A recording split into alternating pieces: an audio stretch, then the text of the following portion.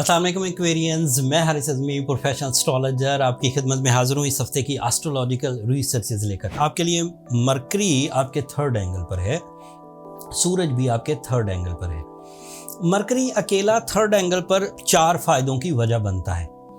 उसके general advantages में तो बंदे की जो प्रेजेंस ऑफ माइंड है वो बड़ी एक्यूरेट हो जाती है, क्रिएटिव स्किल्स पैदा होती हैं, नए प्लान्स बनते हैं। प्लान्स एक नहीं बनता, एक ही टाइम पर एक ही काम करने के लिए कई प्लान्स मुयस्सर होते हैं। जिन एरियाज़ में आपका दिमाग पहले नहीं चलता था या नहीं वे आउट्स मिलते थे या चीज़ें लर्न नहीं हो पा रही थी या चीज़ें समझने में प्रॉब्लम होती थी, तो अब after this week in this running week ये आपको एक प्लस पॉइंट मिलेगा कि एक तो प्लान्स में एक्यूरेसी आएगी, एक से ज़्यादा प्लान्स होंगे वो काबिले अमल होंगे। एंड दूसरा एडवांटेज आपको ये मिलेगा इसी मरकरी से कि आपकी जो कम्युनिकेशन स्किल्स हैं, जो प्रेजेंटेशंस हैं, जो एक्सप्लेनेशंस हैं, वो आइडियल लेवल्स पर पहुंच जाएंगे। इसका फ़ायदा बहुत अच्छे अंदाज से स्टूडेंट्स को पहुंचेगा, तालिब इल्मी को।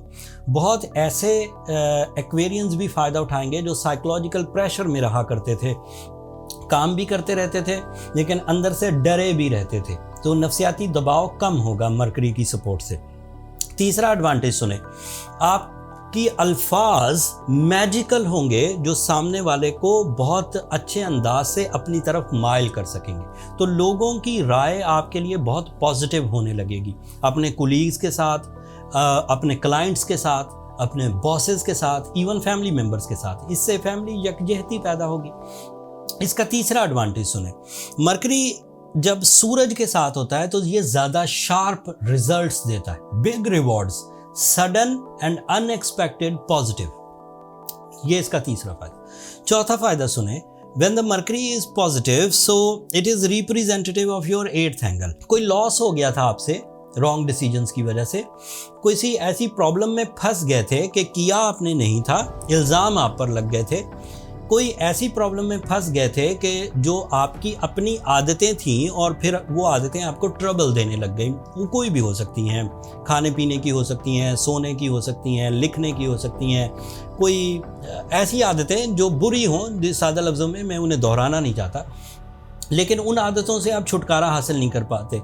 जब मरकरी और सूरज इकट्ठे होते हैं, specially in your third angle, so आप रिस्पॉन्सिबल होने लगते हैं, ज़्यादा संजीदगी के साथ आप उन बुरी आदतों से छुटकारे की तरफ जाते हैं। वो आदतें आपको पिंच करने लग जाती हैं। पहले आदतें लेट्स से प्लेजर देती थी और आप खुशी खुशी वो आदतें अपनाए हुए थे, बट अब वो आपको पिंच करेंगी कि ये चीज़ अच्छी नहीं है, इसे तुम लंबा नहीं चला सकते, इसे आपको छोड़ना होगा। तो उस छोड़ने में जो साइकोलॉजिकल सपोर्ट चाहिए होती है वो आपको मुयस्सर आएगा।